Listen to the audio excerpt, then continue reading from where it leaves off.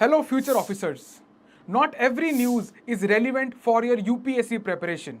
Hi, my name is Rohit Garcha, and I'm here to bring you the 25 years experience of Abhimanyu IAS, which has given more than 2200 selections since 1999.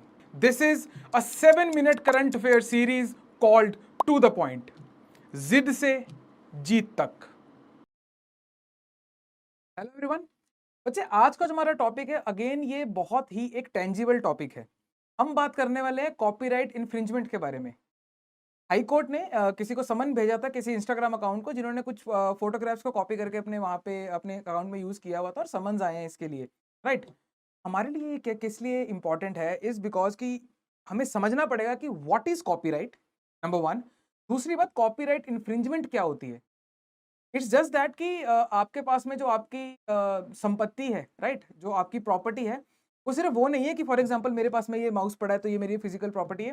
But other than that, अगर मान लो मैंने कोई शायरी लिखी है, या मैंने कोई गाना लिख दिया है, या मैंने कोई पेंटिंग बनाई है, ये भी तो मेरी प्रॉपर्टी होगी ना. अब मान लो मैंने कोई लाइन लिखी है जो कि बहुत फेमस होने वाली है, या फॉर एग्जाम्पल फेमस ना भी हो लेकिन वो मेरी लाइन है, उसको कोई दूसरा बंदा आके मेरी बनाई हुई लाइन को अगर वो यूज करेगा तो इसमें मेरा नुकसान है.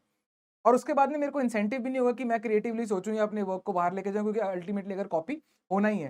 तो ये कॉपीराइट इन्फ्रिंजमेंट के ऊपर ये टॉपिक है, और बहुत ही आपको एक टेंजिबल सा ये आपको एक टॉपिक लगने वाला है. और मैं थोड़ा सा आपको अगर इसके बारे में और बताऊं कि हम सब ने कहीं ना कहीं एडिबास के जूते जरूर देखे होंगे, राइट, या फिर नाइकी जो ब्रांड होता है उसके अंदर NIE के लिखा होता है, या NIKEE लिखा होता है, या वो टिक मार्क आप ऐसे ही देख लोगे हर जगह पे. तो ये सारी चीजें आपकी कॉपीराइट इन्फ्रिंजमेंट के अंदर आती हैं. राइट. हम चलते हैं टॉपिक के अंदर, देखते हैं.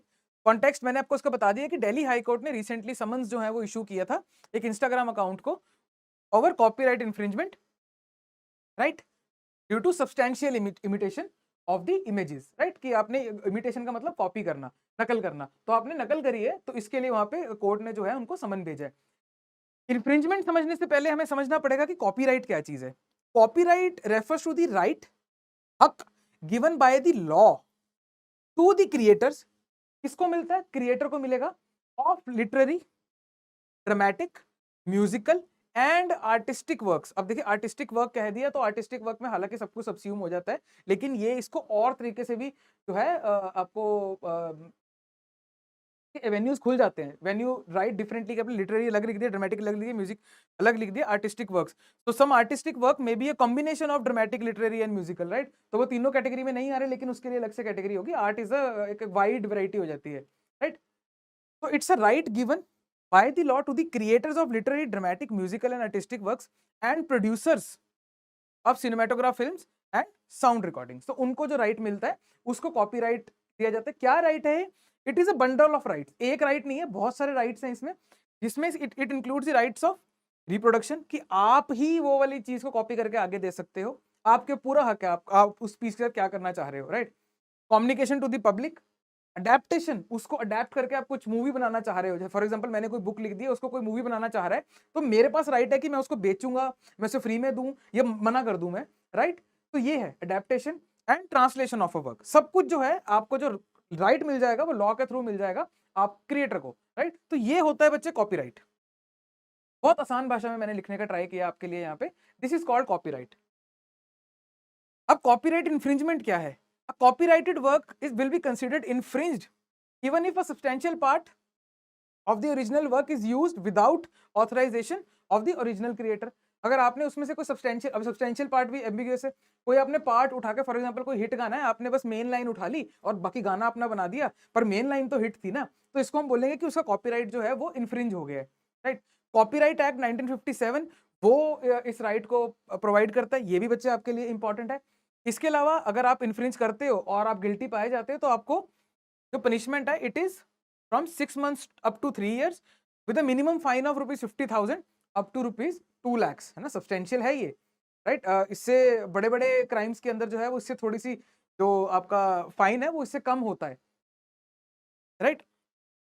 अगर इन्फ्रिंज हो गया तो कॉपीराइट ओनर जो है वो लीगल एक्शन ले सकता है, जिसके बाद में जो रेमेडी है दैट इज इंजंक्शन डैमेजेस, यानी कि पैसा दो इनको, है ना, और जो जिस अकाउंट पे चल रहा है वो अकाउंट ही इनको जो है वो ट्रांसफर कर दीजिए. तो ये सारी रेमेडीज इसके अंदर जो है वो इंक्लूडेड. इंजंक्शन का मतलब होता है कि आप उसको रोक दोगे, वहीं रोक लगा दोगे. रोक लगाने को इंजंक्शन जो है वो कहा जाता है. राइट बच्चे?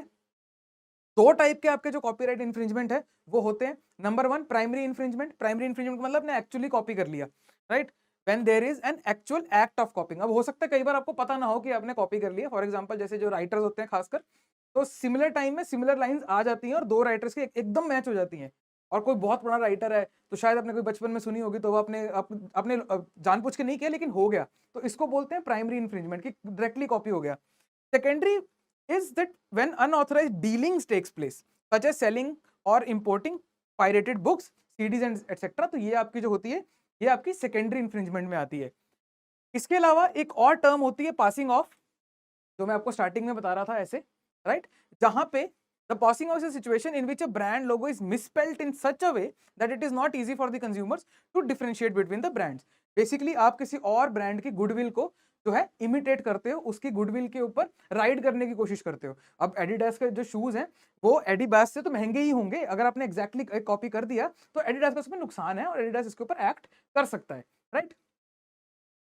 तो this is all in today's topic. Thanks for watching. Thanks for watching the video. This 7-minute to the point series is specially designed for your prelims examination. If you wish to cover your current affairs holistically for your mains as well as for your interview, please check out Abhimanyu IAS Current Affairs Master Course 2024. It is based on Trishul model. You will be getting 3 things. Number 1, weekly classes. Number 2, weekly PDFs of current affairs. Number 3, weekly tests on current affairs. The link to join the course is given in the description below.